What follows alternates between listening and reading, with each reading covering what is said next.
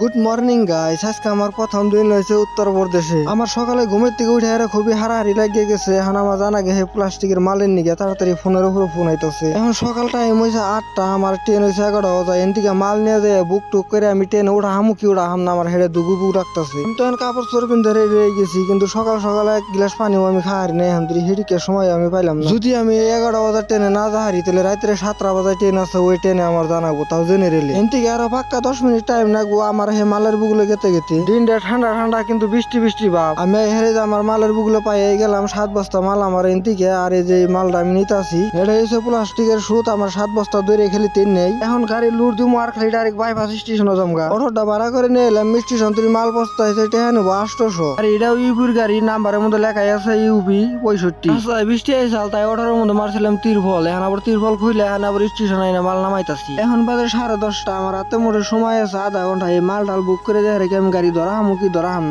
না পাইলাম না মাত্র 5 মিনিটের জন্য আমি গাড়িটা পাইলাম না। আমার মাল বুক করাও শেষ, উমরা গাড়ি ছেড়ে দিয়েও শেষ।